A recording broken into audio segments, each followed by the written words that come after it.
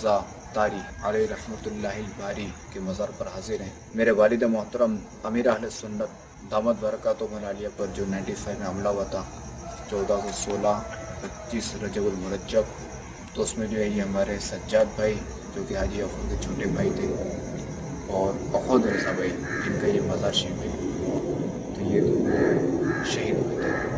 امیر اہل سنت پر جو حملہ ہوا تھا، امیر اہل سنت جو ہے وہ 12 ماہ کے لیے یہاں مرکز اور اولیا تشریف لائے تھے۔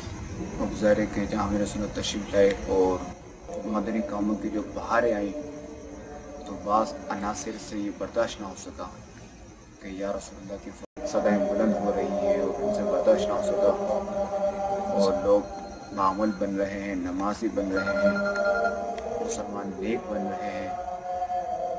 تو خیر انہوں نے پھر یہ سازش چلی اور یوں ایک وقت جو آیا کہ 25 رجب المرجب 1416 ہجری جو ہے وہ انہوں نے حملہ کر دیا، اس کے نتیجے میں 2 ہمارے اسنیپر شہید ہو گئے تھے۔ تو ایک تو ہمارے احد بھائی اور دوسرے ہمارے سجاد بھائی۔